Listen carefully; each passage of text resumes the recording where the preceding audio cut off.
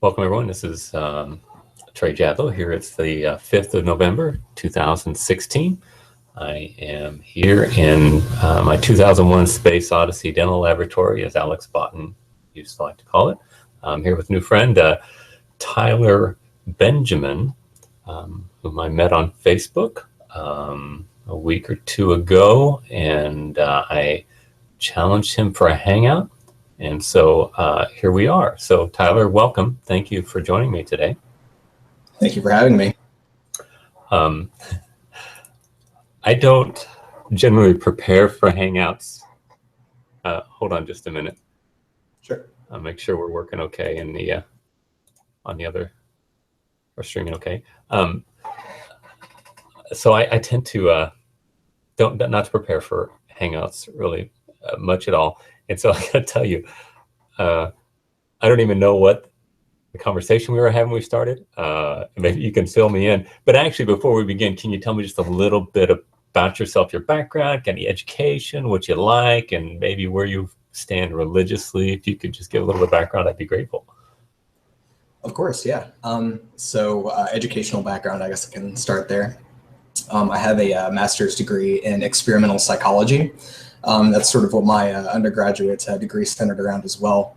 So in terms of philosophical concepts and things like that, that's all going to be something I learned kind of ad hoc, right, through discussions with people who I find much more intelligent than myself on these topics. I currently live in Chicago, and I work at a company that does sort of like digital measurement, right? So like we essentially watch the internet, kind of analyze people's behaviors, do some surveys, sort of a wide range of things there. In terms of religion, I find myself in an interesting position because philosophically speaking, I would have to say that I'm sort of on the agnostic side of things in that particular issue.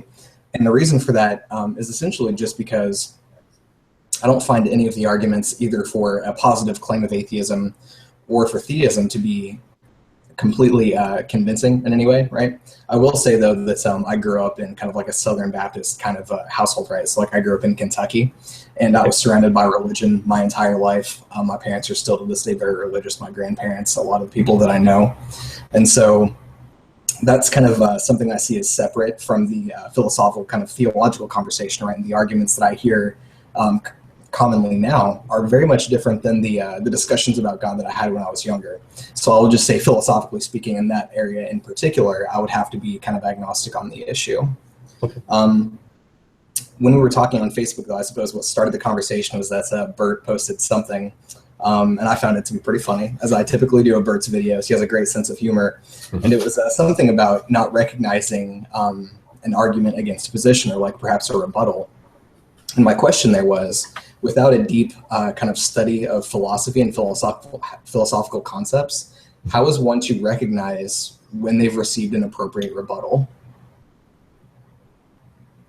Okay. And that was the issue about which we were engaging? I believe so, yes. So okay. He made some kind of a claim, and I kind of raised that question, and that led into us essentially starting this hangout. Okay. I'm sorry, but I don't remember it all. So you know Bert Poole. Bert had said something about, I don't know if he messaged me or something that said you're a really sharp guy, and I was afraid he mixed you up with somebody else on Google+, so I'm glad to hear that you're the guy that he was talking about. I'm glad to know that, and I'm glad to hear of your educational background. I've always found psychology to be somewhat fascinating myself. I love learning why people do things, and it's just, I find humans to be very curious and enjoy that. I think I've said it before that I never did well in school. I had no interest. I saw no purpose in it all until I was born again, and so I did very poorly in school. I had very little college. I almost flunked out of high school, but I was fascinated in a few classes that I did take in college. I love sociology, I love psychology, but I was afraid of it because I'm very analytical, and I was afraid I would drive myself crazy going into that field. And so I shied away, but those things interest me, and I find that interesting. It sounds like your job is probably pretty fun as you analyze people and trends. I definitely really enjoy my job. Yeah, it's complex, it's challenging. But the interesting thing about it is that it's so much different than just the standard psychology. When you say psychology, I think what people mostly people kind of imagine is sort of like the clinical side of things, right? You know, somebody has this kind of disorder and you analyze it and kind of figure out the origins of that. But really my focus was mostly on like a methodology, research methods, experimental methodologies. And that's kind of like what carried into the job that I have now. But it really is all about just figuring out why people do what they do. Yeah, right. Do you know Dave S on Google Plus? No, I'm not so active in the community. Oh, okay. Well, they'll probably rope you in if any of them are watching this. Dave S is very intelligent. He's getting his master's. He's in the UK, and he's the same thing. He does research. He does. It sounds very fun what he's doing, and he's very intelligent. We've done a hangout or two, and you remind me of him. I think you probably like him too. He's very a sharp fellow and is doing some very interesting research in the same field. So you might look him up, Dave S on Google Plus. Okay, so yeah. I don't have any education, even in philosophy. I don't even find philosophy to be interesting myself. I'm mostly interested in answers to things that I find interesting. I find ultimate issues, questions regarding ultimate issues, maybe origins and meaning and morality, maybe destiny as well. I find those be fascinating questions. And so if something interests me, I latch onto it rather vigorously. And if something does not interest me, I couldn't be more disinterested. I always tell people I've got 2 speeds, warp 7 and dead cold 0. So I don't feel like I could ever pass in college because something doesn't interest me. I guess I'm really stubborn. It's like, I don't want to study that and it doesn't interest me. So I'm pretty much an autodidact. I've, taught myself. Have you seen any of my videos or anything? You're familiar with me at all? A little bit, yeah. So just in preparation for this, I did go back and watch a few of the interactions. Obviously, because I know Bert, I have that impression that I've seen through some of his videos. And I am particularly interested in some of the arguments that you've raised, theologically speaking. So I know that there's one that you seem to favor about the contingency of the universe, the necessity of God. That's an absolutely fascinating question. Myself, I guess I would describe myself in the same way too, right? So like what brought me into philosophy, I guess I'll say, is sort of the question of morality and kind of like where that originates. So it is like a very specific subject matter. It's not necessarily philosophy in general, right. But speaking to that, I think it applies essentially to any question that you have, right? Because all philosophy really is just kind of learning to reason about things well, right? Mm-hmm. Yeah, I agree with that. And I think that one of my beefs with contemporary philosophy is what it does is it trains people to be agnostic. In other words, whenever I listen to somebody who's trained in philosophy, they're really good at saying, we don't really know anything. And I find it useless. I think that all of us, in whatever endeavor we're doing, even you in your psychological endeavors, you are seeking to save the phenomena of existence, as Plato would say. In other words, we're seeking salvation, and certainly we're not seeking it on the same level. I believe that there is an ultimate goal, and I am seeking eternal life in my endeavor. But every single one of us, you're seeking salvation as well, I would assert, in every endeavor that you do. In other words, you want to make life the fullest, you want to make it the longest, you want to make it the most satisfying. And so in a sense, we're both seeking of saving of the phenomenon of existence in that we want to extend existence as much as we possibly can. Would you agree with that? The way you've defined it, yeah, that makes total sense to me. Where that drive, I think, comes from would probably differ between us. But I definitely recognize that. I think we all are kind of like sort of striving toward that goal in our like our own individual ways, and to different extents depending on who the person is, right? But yeah, the way you've set that up, I have no real issue with that. I think that makes a lot of sense. Okay, well, do you mind if we talk about that? Where that comes from? I'm curious because I've not found a skeptic yet who can give me a satisfying answer to that.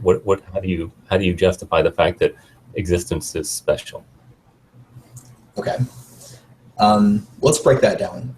It depends on what you mean by special, I suppose. So could we unpack that terminology just a little bit? And I don't mean to play any word games or anything. I just want to make sure that we're clear in our language. So talk about what you mean by special. Well, the very fact that we're seeking to save the phenomenon of existence, obviously we see the telos, or the goal of our being, to seek the sanctity of existence, that existence is special, that is the goal, and that we are seeking to save it. Okay. If we approach it as a goal to kind of satisfy the sanctity of existence, I think that also assumes a few different things, right? So like that's sort of a loaded term, but we don't necessarily have to get into that specifically. So the reason for me personally, right? Like, why do I do what I do, essentially? Why am I trying to better existence? Why am I trying to better my own existence, as well as generally? Just all of that. I definitely think we can explain that naturalistically. Obviously there's an issue there of going from just completely physical properties or whatever, like just things that are in the universe matter, to a being that has a mind and consciousness with drives. That's quite a leap to make. And that might be where this issue comes from, right? Like, how do we get that from just dead matter, right? And that is a fascinating question. But definitely there are several philosophers, indeed many philosophers, that have addressed this question. One that I find particularly compelling is Daniel Dennett. So what he would say essentially is that consciousness emerges from the interaction of smaller pieces. Mm-hmm. And if we can just go from those pieces to a mind, if we can kind of accept that framework, then we can study minds, of course, and then there's the entire field of psychology that can pick up from there. So I definitely think if we can get from like just these matter to a mind, then it sort of takes care of itself. So you're a hard determinist? Okay, that's definitely something that I've noticed in your videos too. I think you mentioned that you're a compatibilist. And in terms of determinism, I do think it's difficult to shift away from hard determinism from a naturalistic perspective. Would you agree with that? Yes. Right. So where does free will step in, essentially? And that's a hard question. I don't necessarily know that I can definitively say that we don't have some degree of freedom that we could step into compatibilism from hard determinism.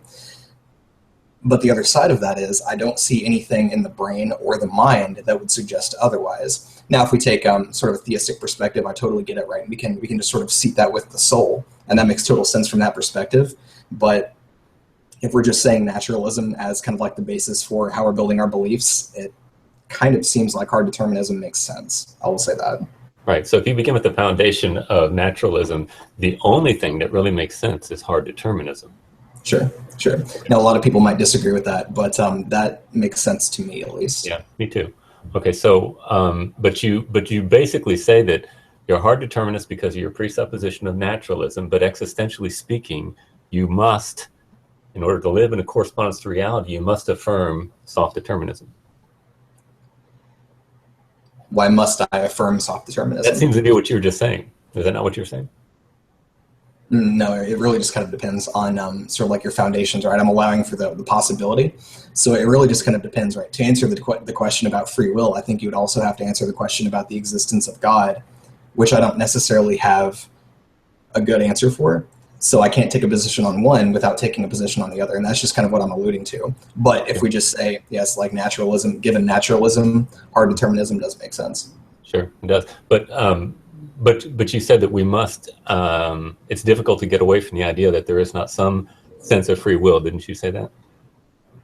I think it's difficult to get away from the notion, given naturalism, that there isn't somewhere for free will to step in, right? So like I'm just saying, given naturalism, determinism makes the most sense. I know we feel like we kind of want to step away from that because our experience says, of course I'm making these choices. Of course this is my intent, but I think that's a little bit misleading, right? Like we can't always trust our senses in every given situation, and this might be one of those situations. Okay, so you don't believe in jail? I do. Why? And that's an interesting question as well, right? So if we look at determinism, let's just frame it up that way. Why does the justice system make sense, right? Why would we punish someone for a choice that they made if they didn't really have a choice in their behavior, right? So I would say that the reason that we would want to do that, or the reason that makes sense, is because you can offer certain inputs from a person's environment that will change their behavior, and our justice system might speak to that, right? So like we know that if we put a person in the situation where they can do nothing, it's undesirable to them. It causes unpleasant sort of mental states, essentially, we can say, and sort of like that environmental input is enough to change their behavior, and so it leads to more optimal behaviors, essentially, from a perspective. Okay, but I'm not understanding. You're saying there's certain types of behavior that would be deemed sinful, or what? Well, that's another issue. All these things, I will grant you, they all seem to link up together, right? So it's hard to answer one question without leading into another question. So shifting from, okay, the justice system into morality, like why do we deem certain behaviors to be wrong? Well, you're also going to have to figure out exactly where you stand on morality, and that's another difficult issue. Yeah, but I think So it. if I'm I were sorry. to, Go ahead. if I were to say that a certain behavior is undesirable in a person and we want to kind of change that, I wouldn't necessarily say that it has to be morality. It just means that for whatever reason, we just don't like that behavior, right? So if we do want to say that it's a moral behavior and we want to say that we want to reduce immoral behaviors, then we can sort of see that again within the minds of conscious beings, right, as the source of morality. And I think that's something that you would find from Kant. You might really find Kant incredibly interesting if you read some of his work. I don't. I don't find him interesting. well, I certainly do. Specifically because he's a theist who doesn't necessarily appeal to God as the source of morality. He appeals to God as kind of like the ultimate justification for morality, but I believe the foundation of his morality actually is in sort of the structure of minds. And he wasn't sort of like, a naturalist or anything like that. Obviously, he was a theist, but just that framework in his ontology could absolutely be retooled as a naturalistic framework, in my view. Yeah, but he would hold to the idea of the sanctity of existence being at the very heart of moral code, and sanctity of existence is because man is made in the image of God. So it really wouldn't work for you. No, I don't think that's what he said. I think what he was getting at, of course, is that there's these sort of imperatives, right, that arise from the rationality of the mind, right? And because minds are sort of like similar in their structures, we all have a similar structure between us. That's kind of why you have this sort of imperative that, if I wouldn't want something done to me, that's why I wouldn't do it to someone else, because we have that common experience. Right. I think he finds that behavior to be rational because it's justified in the end by God. It's not necessarily God that gives us that, but he justifies it. Right. So in Critique of Practical Reason, he said that basically he came up with a noumenal realm, saying God is a noumenal realm, therefore we cannot know him. And so we can't experience him with the senses, therefore we don't know for sure. So we just take it in faith. And he goes, so we can't really know if there's God. Then he opens the back door in the kitchen and says, but we cannot live as if there is no right and wrong. So just existentially speaking, we must pretend as if there is a God. Otherwise, everything would die and existence would, degenerate to chaos. And at the base of that standard, we've got the idea that life is special. And if you, and even a moral imperative that you're giving me right now that you are assuming the sanctity of existence, but you need to give me a justification as to why existence is special as a moral imperative. Now, if you say, you may want to say, oh, it's just because that's how I feel and I want to treat others the way I want to be treated. Okay. So essentially, there are some people that don't like that, and they're very happy to kill their neighbor, and even they don't really care if they live. And you're saying that they are broken. And so what you got to do is you got to justify. Essentially, what you're saying is morality is nothing more than the strong ruling the weak with personal preference. So therefore, for example, Hitler was bad because he was weak, not because he was anything intrinsically wrong with killing Jews. It's just that he was not strong enough in order to, and I don't think you want to do that. I don't think you want to say, I think you want to assume that life is special. I mean, I think that's what every person does. And if somebody doesn't think life is special, we deem them as somehow broken.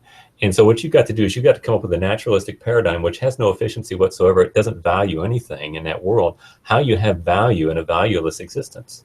Where did that come from? How does that happen? Now, Daniel Dennett wants to say that you put these particles together. That's, remember, he's a determinist. He doesn't hold to there's a moral imperative, except when it's convenient. And inconsistency is a sign of a failed paradigm. And that's what I think naturalism does, because what you do is you say, this is true, but you say, but I cannot live in consistency with what I say is true. We've got to have the marrying of ideology and practical experience. And if you're not being consistent of those, you're forcing artificially something that you don't really live consistently with, and therefore the paradigm fails.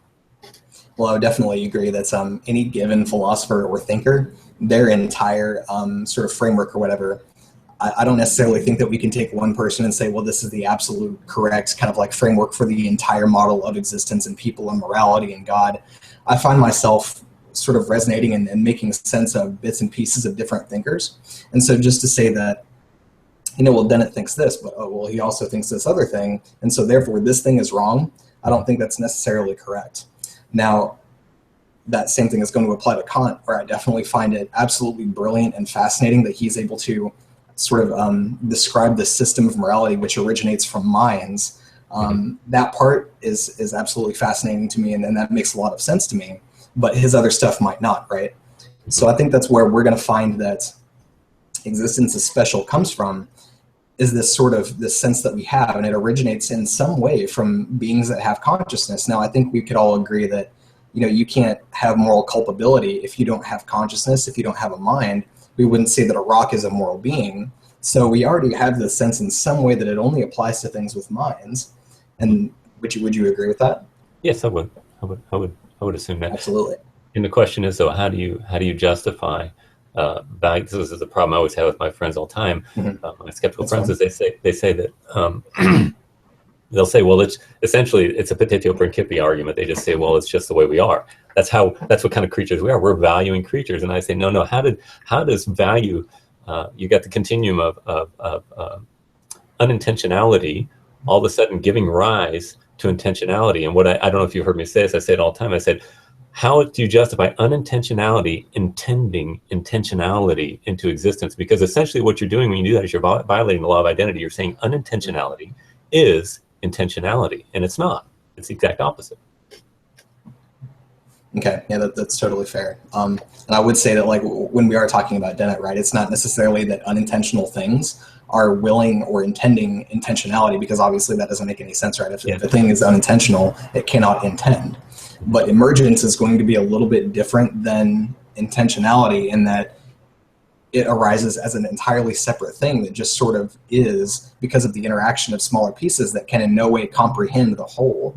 And there are lots of examples of this, but there is a distinction there that needs to be made. Okay, I don't understand it. You're saying something gives rise to something that it has no correlation to. How does that work? No correlation to? What do you mean by that? Well, you're saying like material, immaterial, unintentional matter gives rise to this intentional being, which really it's mind. It's really not even material. Ideas and abstract concepts are not material in their nature. Right. So absolutely, I don't see the correlation there. How does that work? It's definitely a complicated issue. Well, I don't think it makes sense. I think the way it works. Okay, that's totally fine. Yeah, absolutely. Just come out and say it doesn't make sense. It's hard to understand, and that's where actually studying these issues and becoming intimately familiar with the text and the ideas with academic journals, that's absolutely going to give somebody a leg up on these issues, because I don't think it's really possible to fully understand them without that study, right? So it's going to be thoroughly unconvincing until you actually go out and read this book. Okay, but I'm sorry, go ahead. I'll attempt to explain it just a little bit. Thank you. So what I would say, that like we definitely think that the brain is sort of the seat of consciousness. That's kind of like how the thinking works, right? So like we're sort of correlated with neural activity is going to in some way be related to mental activity. They're not exactly the same thing, but something about the interaction of billions of neurons gives rise to sense experience, right? So if we remove the occipital lobe, or whatever, we're not going to have the sense of sight. So we do know in some way that the interaction of those neurons gives rise to the qualia of vision, and that seems really hard to kind of put together, but we do know that they're related in some way just from that example. Yeah, no, that's a good point. But the problem I have is, though, that you have the idea of principles, again, which are abstract in nature, even the laws of thought, or even, symbolic logic through mathematics. Obviously, we know that there is this existence of a reality that we correspond to our physical universe, but in and of itself is non-material. Would you agree with that? Yeah, absolutely. Okay. It's so really hard to kind of like justify that, but that does seem to be the case, right? Like just because it's really hard to explain doesn't mean it's not the case, I would say. Okay, well, all I'm doing, and I think you're doing the same thing, we're trying to find that which corresponds to reality, that paradigm which best explains reality. Again, it all goes back to saving the phenomenon of existence, and we're looking for consistency in whatever we can find in that. I just find the skeptical perspective to be utterly unsatisfying. That's what I don't like about atheism. Atheism is a negative. It's not making any positive assertions. And one of the greatest questions of historical philosophy in the West has been how to make unity out of diversity, how to make coherence out of chaos, how to take all the diversities and make a coherent whole out of them. And when you have something like atheism, which is skepticism, and people glory in skepticism today, and I think it's because they're largely ignorant of historical philosophical thought.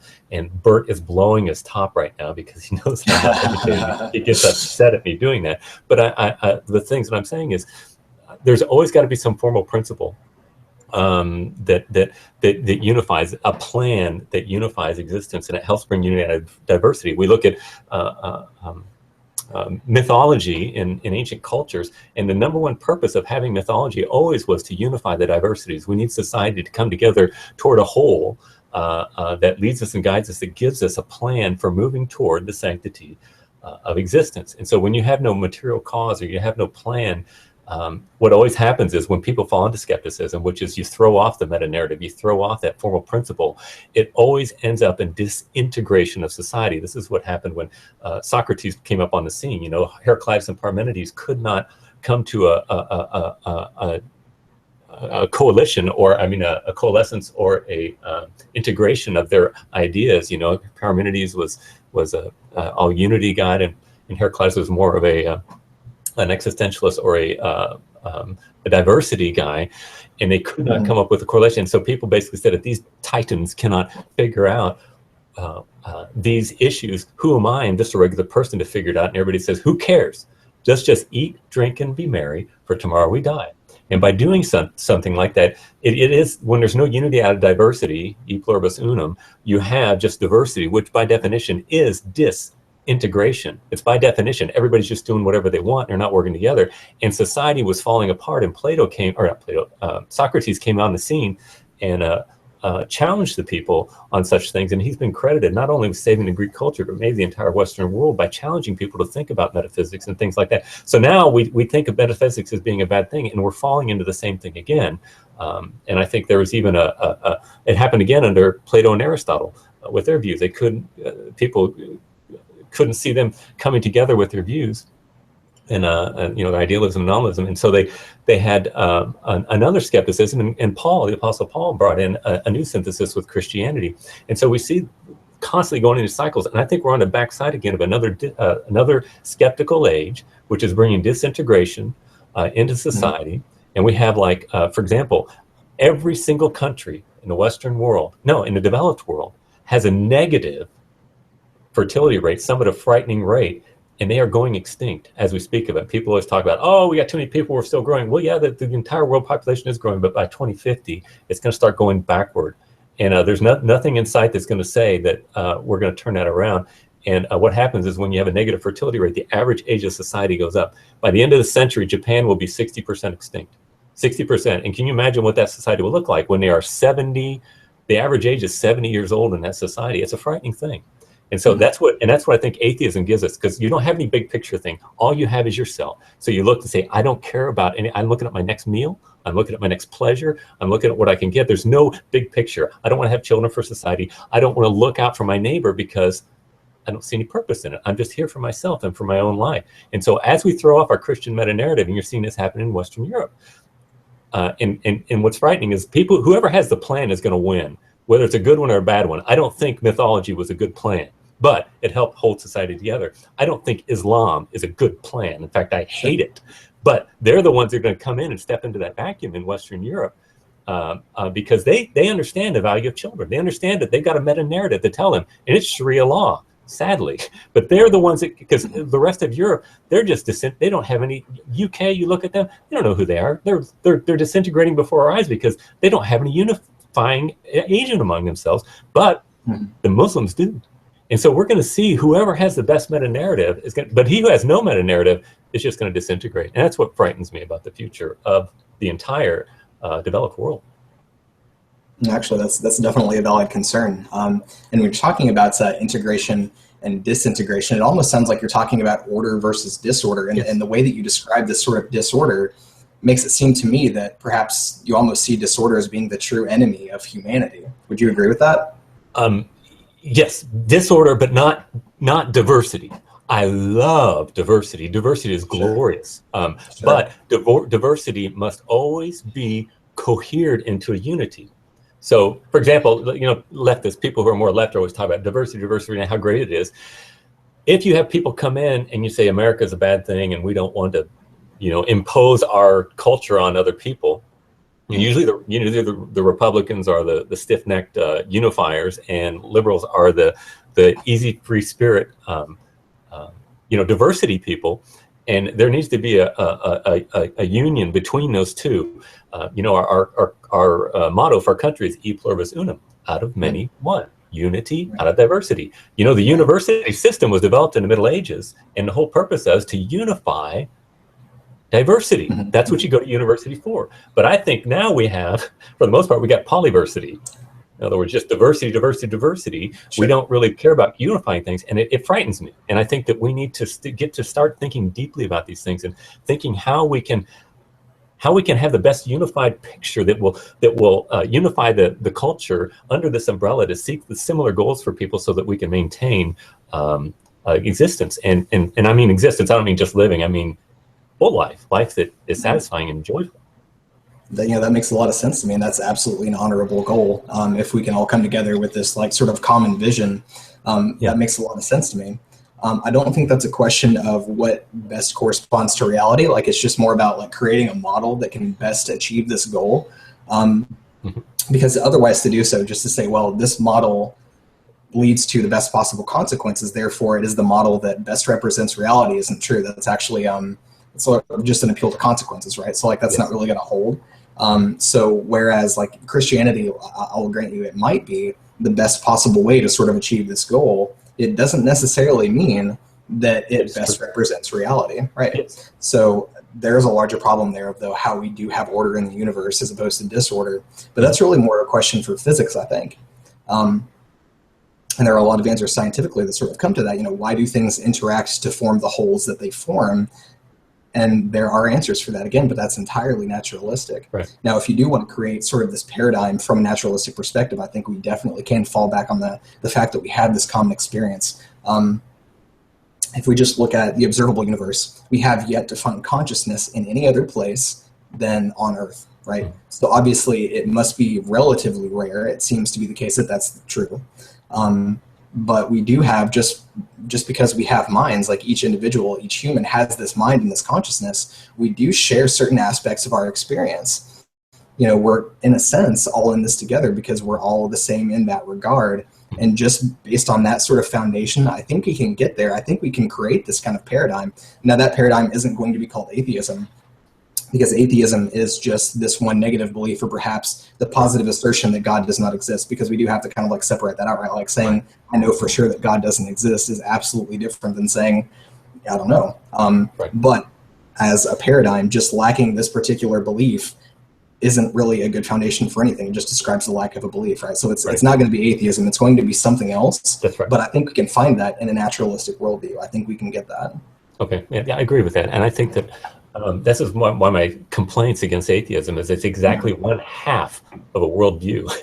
In other words, all it does is it makes no positive assertions. But we've got to make positive assertions by way of moral imperative if we are going to construct a worldview, because we need to have a positive worldview. Just saying everybody does whatever they want and God doesn't exist is not good enough. And our society seems to think that that's really clever. And I just think it's pathetic. To think that somehow that's a good idea. It's not. And atheists are always proud about how they are all about diversity. They're all about not imposing anything on anybody. But it's terrible. It's not. You can't base a society on that. Only people think that since Kant, metaphysics has been basically thrown out the window. You're not allowed to. All we're doing is looking at physics, and just like you said, that the answers that we look for in physics, you're presupposing a naturalistic worldview. And I think that we need to be thinking about or recapture the idea of metaphysics. And again, I think we need a new renaissance. We need to regain ancient thought. I'm not opposed to ancient philosophy. Most of the guys I talk about who are philosophically trained are woefully ignorant about ancient philosophy. And they know nothing about it. All I know is I watch R.C. Sproul videos. It gives a general overview of the history of Western philosophy. I mean, that's really all I've got like that. But what he says really resonates with me. In fact, I've listened to other philosophical. I like to listen to stuff. I work alone, so I can. One of the reasons so I can just listen to stuff. And I'm an audiophile. I like listening to things while I'm working. I like to work with my hands and listen. And I've listened to other philosophical overviews and teachings, and they just bore me in about 10 minutes. It's just so, but R.C. Sproul I find to be fascinating because his specialty is unifying diversity. In fact, I consider him to be the greatest unified thinker alive. Now, I'm not saying he's the smartest person in the world, but I'm saying when I listen to him, he's able to take all these diverse ideas and make this beautiful tapestry of coherence out of it. And that's one of the things I love about him. Most guys, the guys know that I watch. There are a couple of guys that I interact that are philosophically oriented in the G plus community, and they don't even understand the concept of unity and diversity. How you could get a degree in philosophy and not even understand. To me, that's it. That's everything. We are saving the phenomenon of existence. What can we do? And all they have is these, and this everybody I speak with, especially this, they have this disparity of ideas, and they just got everything like this. They have no idea how to cohere it, and they all have microscopes. They've got these microscopes on their eyes, and I'm saying, do you have the capacity to step back and pick up some binoculars and look at the big picture of things? And I get blank stares, deer in the headlights. What are you talking? I mean, I'm speaking metaphorically, but the concept of thinking big picture, overall long-term view, they just don't have it. We're living in an age of the microscope, and when we need to back up and get a macroscope and try to cohere things and to take these diversities and make a coherence out of it.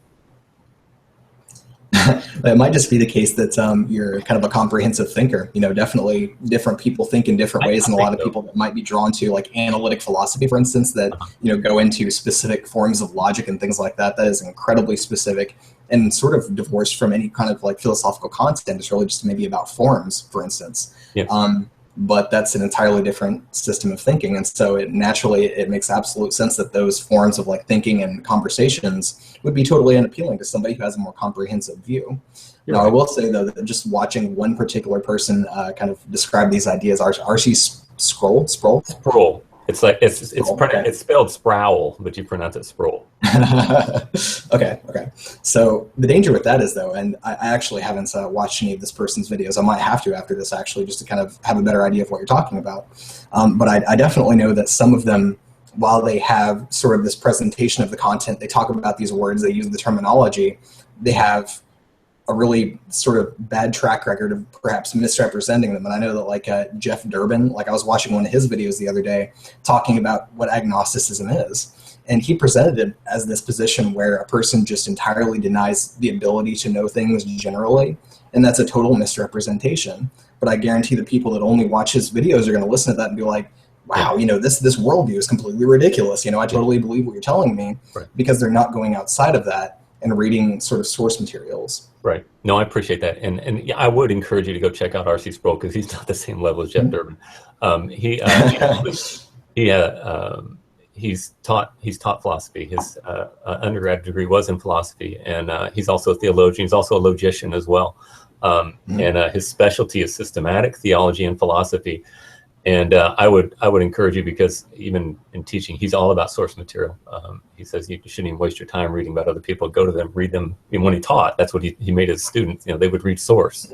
They would read Kant. They would read Diderot. They would read all the original sources themselves. So I have found him. That's one of the things that I like about him. I have found him to be very careful to charitably and accurately represent his opponents. In fact, I'm also listening to some church history stuff. Another guy, Ryan Maurice, I just discovered him, and I just love him because I'm listening to his teaching on Luther, and I really love it because he's so careful not to engage in hagiography and to paint Luther to be something he wasn't, because he had some really, really bad warts, especially toward the end of his life. And I really appreciate the fact that he doesn't try to schmooze it over.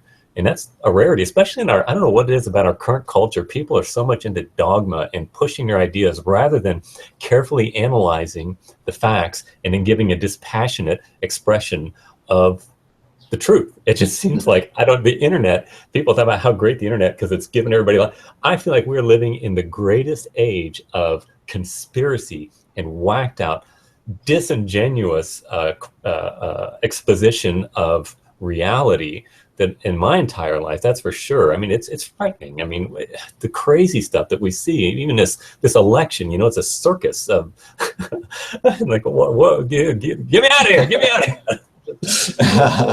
No, I absolutely, definitely. I think we see that a lot in our politics, right? Like this divisiveness and this sort of bipartisanship, this dogma, as you put it. And actually, like, one really good thing, you might not like this person. As a matter of fact, I have a strong feeling you probably won't. But Sam Harris made a great point about this. And he's like, well, why should our views on gun control correlate in any way to our views on healthcare, right? The ideas are very different. But it seems to be the case that if you know one of those views that a person has, you can almost, you can entirely predict what their view is going to be on the other. And that makes no sense whatsoever. Well, actually it does, because those perspectives are lined up on, and of course there is no correlation with gun control and healthcare, and you should care about those things, but they usually go with a perspective. Again, I think the what do you call that, the dividing, or I can't think of the word, where people are getting on their pole and they're saying, I believe in this, and they're getting stronger on both. I mean, the liberal are getting more liberal, the conservatives are getting more conservative. Sure, I think it's an expression of, frankly, the disintegration of our society. I think it's just getting more and more. Again, I think the loss of meta-narrative and not able to work with each other. I mean, the history of America is tolerance, listening to the other person's ideas, engaging one with another, and both sides are losing their ability to listen. They're getting so shrill and so fanatical in their views, they won't even stop and say, what are you saying? And so, for example, somebody says something about gun control, I can't hear a thing you say. You are evil, and it goes like that. And it's like, I wish that we could come to the point where we could respectfully but passionately argue our case, try to listen, make our ears bigger. So I want to hear what you're saying. I don't want to beat you, Tyler. I want to hear what you're saying, and I want to think about it. And I tell you what, when I do that, you're going to teach me something. Now, I'm not going to maybe change my view. I could. I'm open to that. But I know that if I will listen to you, I will learn something in this hangout, and I will be a better person, because we charitably, even passionately, disagreed with one another. But when you say something, I'm thinking, okay, does that make sense? I mean, I'm changing my mind all the time, that I need to change my ways in order to better correspond to reality. And I want to do that. I want to be open-minded to that. And I think that if we take that attitude, we can return to a better position, and we can put away the shrill partisanship. It doesn't help anybody. I mean, we're all pretty miserable right now in this election cycle. We all are just dying from the stress and the craziness that goes on with this. Can't wait for this to get over. And a lot of it is because, well, anyway, you know what I'm saying. So absolutely. No, it's it definitely just being open to other people's ideas. Definitely further the conversation. If you are interested in finding the truth, then it shouldn't concern you preserving whatever ideas that you already have. You should always be testing those ideas. One example of that I found recently for myself is the ontological argument, right? So with that argument in particular, I always found it incredibly unconvincing, just because it seems to me, or at least it did seem to me, that it was just an argument used to sort of define God into existence. But that's absolutely not what's going on there. And I didn't realize the subtlety and cleverness of this form of argumentation until I gave it its due and really listened to somebody who understands it better than I do give a defense for it. Now, with that particular argument, there are still issues there. And actually, interestingly enough, they might be issues that would sort of correspond to this sort of necessary versus contingent existence that you've talked about. But as an argument, it's still absolutely fascinating and deserves respect for reasons that people gloss over all the time. Yeah. Well, that's a particularly arcane argument as well. Sure. It's very difficult, but that's why it gets dismissed and revisited over and over and over, because it's a fascinating concept. And I think, many times it is straw man, and people dismiss it too quickly. And that's why we always need to be listening to our opponents, again, not just for that, but any argument, and to be thinking about it, and not be too quick to throw someone overboard with their Absolutely. issues. But well, I do have a question. Based on that, you said that you don't necessarily really like just getting into like reading philosophers and just studying this deeply. It gets a little bit boring, and I definitely understand that.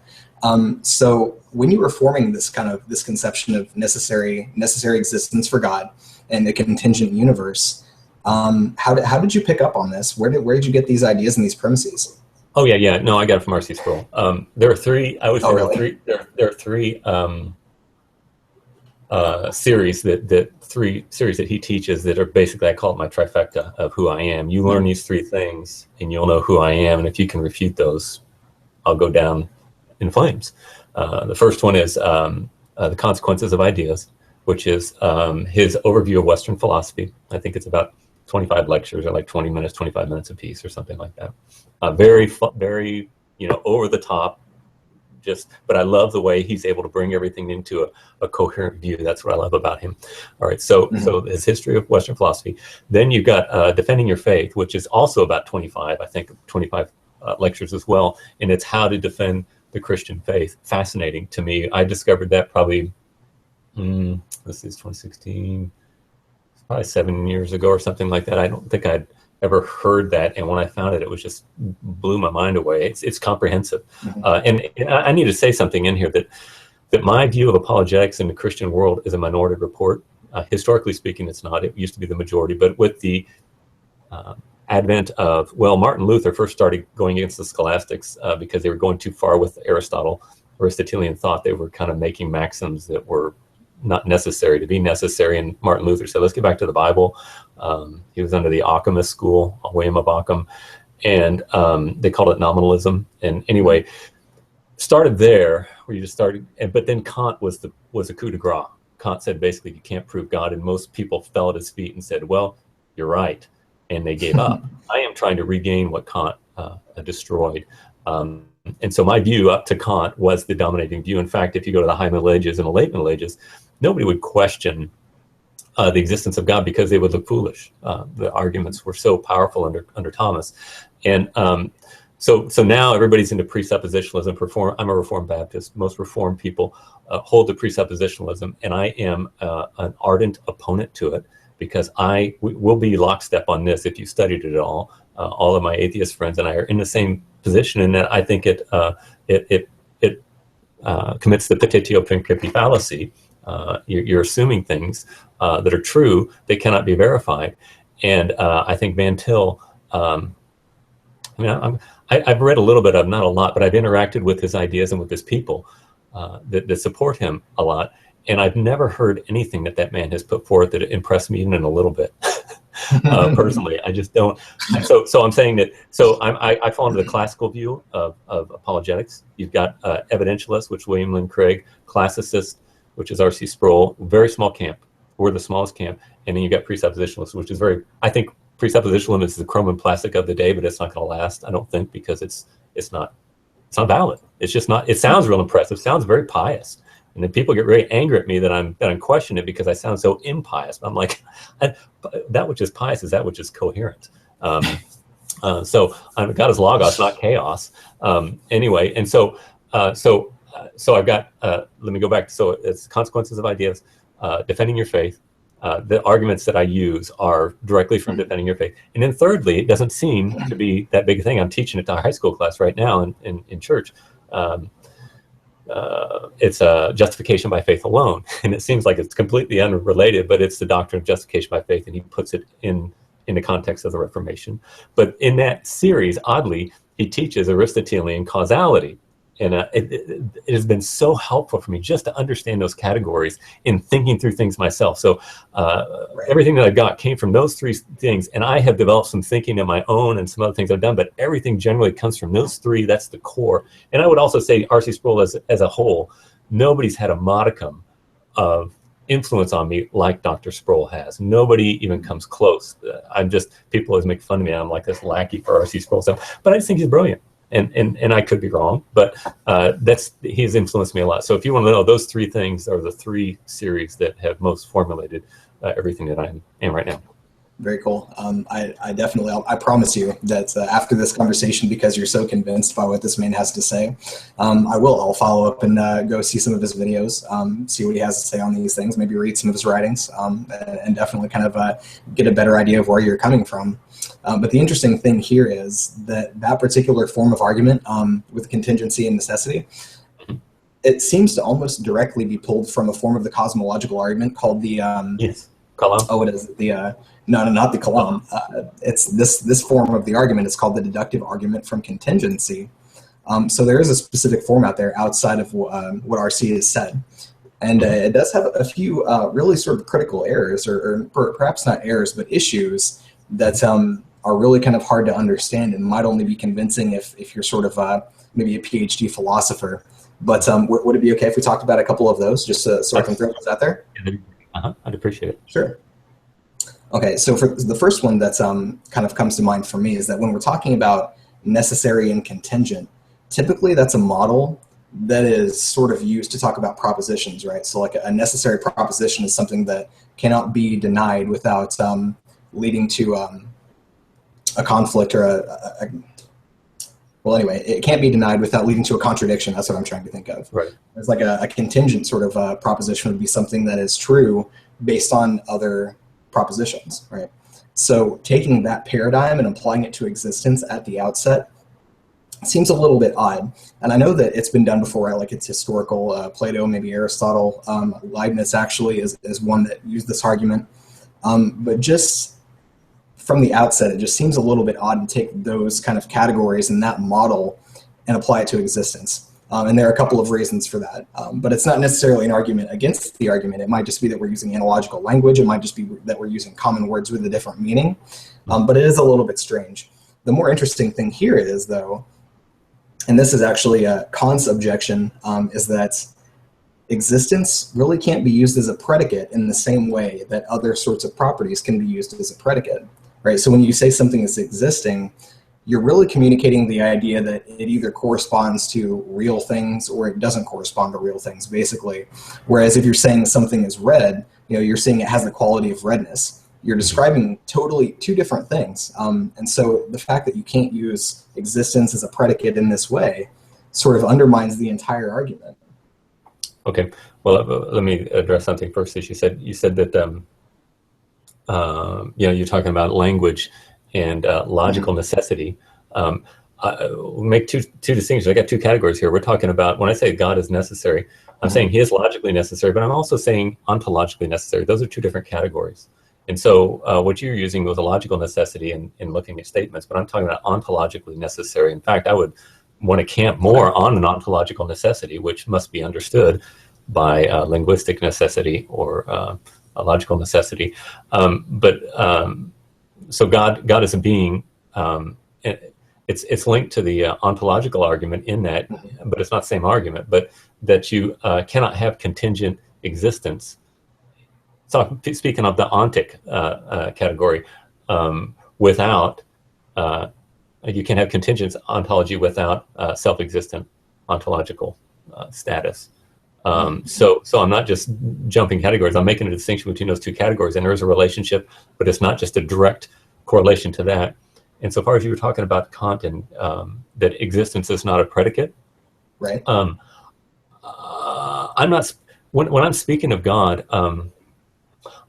I'm speaking of that which God doesn't have existence like we have existence. In other words, I'm under the I'm an instantiation of the category of humanity. I'm human, and in my humanity, I receive the category of existence in my being when I'm born. Okay, and so there's a difference between the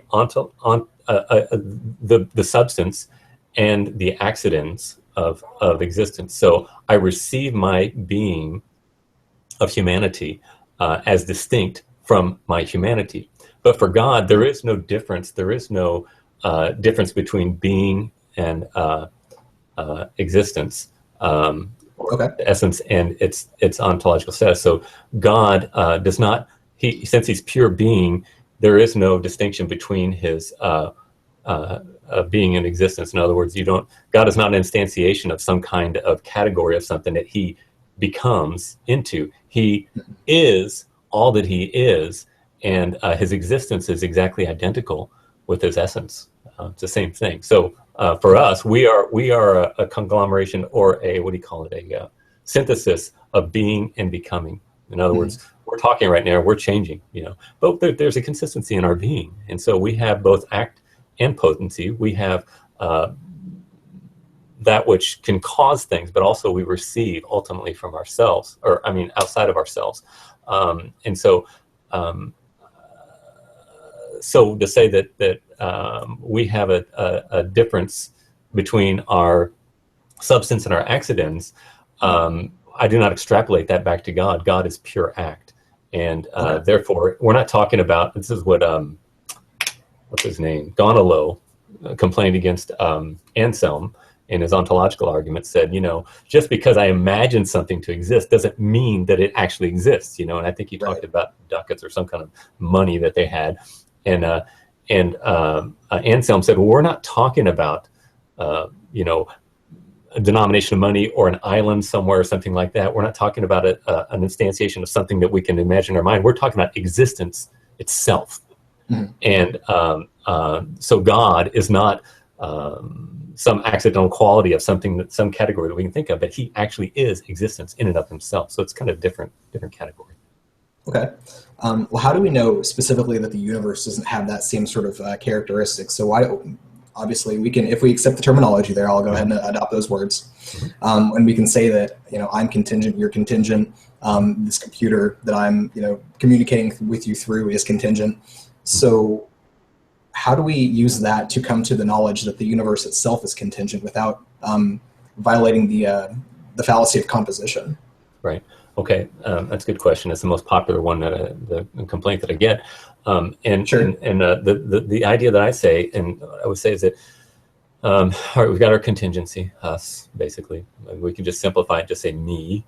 So I don't even care if I'm a brain in a vat, but I've got me. And then I've got the universe. And you say, well, how do we know that the universe and not the same? And when we're saying something, these are opposite properties. One doesn't happen, one does happen. And you can't say through the fallacy of composition. I would even say that is a fallacy of composition, because you cannot say that contingency, once you put a whole bunch of contingencies together, they never happened. That doesn't make sense. You've got to have two ontological statuses, and modus ponens, my Bert Poole's favorite argument, if you have contingency, then Q, self-existence. And so we accept that this is, then necessarily this must be. And they must be separate ontologies, because that which happens cannot be self-existent by definition. They're mutually exclusive, and so they can't be the same ontology. You violate the law of identity again when you do that. Okay, sure. That's interesting. And even if we grant that, okay, so let's say that the universe itself, the entirety of the universe and the entirety of existence, except for God, is contingent on that sort of that prime mover, right? Like that necessary thing that causes all other things, the beginning of the chain. What about God himself? Let's say God is necessary, so he doesn't really have a choice of whether or not he exists. Would you agree to that? Like, he is necessarily existing, therefore he could not decide not to exist? Yes. I mean, he cannot not exist. So to say that God can do anything doesn't mean that God can, make a square circle or cease to exist. He is coherence. Sure. And therefore, since he is, by his definition, existence, no, he could not exist. Okay, that makes perfect sense. So what about the choices that God made? So obviously God decided to make this particular universe. He could have perhaps chosen to make any universe, but you already said that you're not a proponent of libertarian free will, and I'm wondering if that would apply similarly to, let's say, the mind of God, right? So like in my conception of God, in my understanding, God must act in accordance with God's nature. So in a sense, like, he wouldn't necessarily be entirely free to make any choice. Or even if he was, we could predictably say that God would make the best possible choice, or like the choice that's going to lead to some maximal outcome. Does that make sense? Yes. Yes, I don't. I have to concede some degree of agnosticism with that. All I can do is start from what I know and then extrapolate to there. And I know that God is not potency. In other words, before he creates creation, which is the creation of contingency, he was pure act. There was no movement from one position to another. Again, in other words, he lives in a timeless state ad intra. That means in his being who he is not in time. Time, I think, Stephen Hawking said almost everyone now agrees that the universe and time itself had a beginning at the Big Bang. Time for us is just observing contingent matter moving, and we're watching change. There was no change. There is no change in God, because if there were change within him, he would be contingent by definition. So you have to think, what does it mean to make a choice outside of change?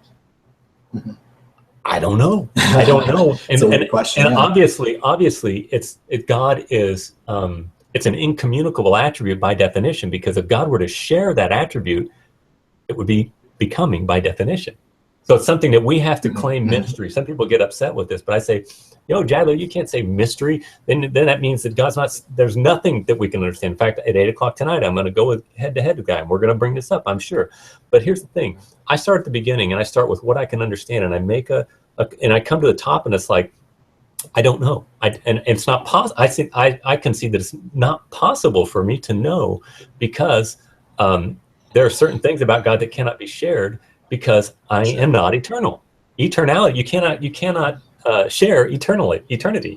It's just not. It's just the way things are. So I'm going to be fraught with ministry. Or I'm going to be at the end. I'm going to have an essence of mystery, but I'm not. But I get there through a logical, and in everything else I hear, it starts with contradiction way down here. And I'm not saying this is contradiction at all. But if you have contradiction down here, it cannot be accepted. We've got to have coherence as far as we can go, and then we're going to reach a point of mystery. Contradiction is not mystery. Okay. Sure. Contradiction is repugnant. We take that which is logically repugnant, and and then we've got contradiction. We've got paradox, which paradox is just something appears to be contradictory, but when you analyze it, you think about. For example, I think quantum mechanics is paradoxical. But I don't think we need to throw out our minds simply and give up, but we need to keep working on it and try to understand how these particles work, these subatomic particles. Absolutely. And so that's something that can be reconciled. And you got mystery, which, again, is going to fall into the category of we don't have the capacity to understand that. It's kind of like explaining higher math to a small net clam. There's just not there. So we've got to concede that, but we got to be careful. A lot of theologians, they want to put mystery way down here. They get lazy, in my opinion. And I'm saying, no, let's be a little more rigorous, and let's go up here. Let's go as far as we can. And then, and at that point, we are going to have to be at some point at mystery, but I don't like to take it too quickly or too early. And I want to throw away everything that is contradictory. Absolutely. Yeah. This, unable to, in terms of like conceptualizing the mind of God, right? There is some mystery there, and we really can't take on the perspective of God, because you could definitely say as a being outside of time, you could sort of perceive all time and everything all at once, right? Yeah. And that's kind of the reason that I don't really particularly find the argument from evil or whatever, like the existence of evil kind of like disproves God. I don't find that convincing in the least for that very reason. But if we take this back to contingency, the question that I have, and the thing that I really wonder about, is if God's existence is necessary, and God must necessarily act in accordance with his nature, then the existence of the universe is sort of necessarily follows from God's nature, right? So in that sense, the universe isn't contingent because it necessarily follows from the nature of God, if God exists. Well, ad intra, you can say that. Then I don't know. I can't speculate to that, but I can say this: that if you're going to say that the universe is necessary in its being, ontological necessity, then you'd have to say that the universe could not be. And a problem with that is that which is necessary is not subject to change. In other words, you're just kind of, what you do is you take this realm in which we live, which we are all about change. We're all about discovery. We're all about learning about things. And you have to say it's an illusion, and it's something that we can't live consistently with. It's completely antithetical to the way that we want to exist, that we are. And it's not very helpful, I don't think, in the long term. I'm not going to say I have a complete understanding either of that. I don't know. No, absolutely. Well, I will say there's definitely some physics that kind of explains this too, right? Like if you think about things four-dimensionally, and the same thing with the mind of God, like you can necessarily think of space-time as a thing that exists all at once, and we only perceive it from one point to another because that's just kind of how we perceive things, right? So in that perspective, if space-time exists all at once as a whole, then change itself is simply an illusion of our perceptions. Right. Yes. So change we can just entirely throw out.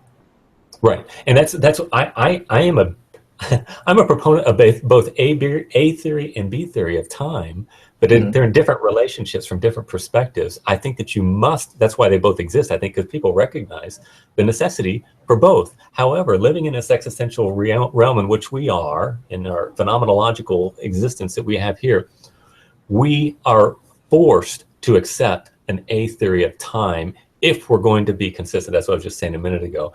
I don't respect it when people say, oh, just be, every time they want to defeat my argument and they say, well, everything's just B theory of time. That doesn't interest me because I want to be something that I can live day to day with, that is practical. Sure. People who say, oh, B theory of time, I say, go walk out in front of a speeding truck and show me how that B theory time thing works. You know, it doesn't impress me. No, that's totally fine. But in terms of like just this specific argument, it definitely seems like if we can establish the necessity of God and the necessity of God's choices to be in accordance with his nature and maximally good, and the existence of the universe necessarily flows from God's necessity, and space-time and all of that exists all at once, and change is simply an illusion, then there really is nothing contingent about the universe from point to point. Like it all has to flow necessarily from the necessary existence of God. And so contingency is something we simply can't apply to beings and objects based on that argument. Like it just kind of like self-defeats, right?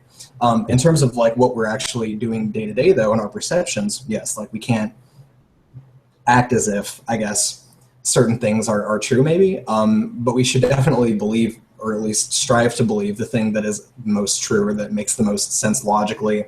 In terms of like walking out in front of a truck, yeah, absolutely nobody's going to want to do that, but I don't necessarily think understanding the nature of time and this particular argument would lead to such a thing, right? In any case, like that goes back into having a worldview that leads to the best possible consequences, but again, that's not necessarily going to reflect reality the most accurately. In any case, yeah, this deductive argument from contingency, I really don't think necessarily holds up on multiple levels, but that's just kind of the way I see it right now. Obviously, I could read something tomorrow that entirely changes my mind, but at this point, I feel like that sort of stack of arguments sort of takes it apart. Okay, it's just sort of like my opinion, I guess. But do you concede my delineation between an ontological argument and a logical argument for necessity? Oh, sure. Yeah, I can definitely give you that. Yeah, sure.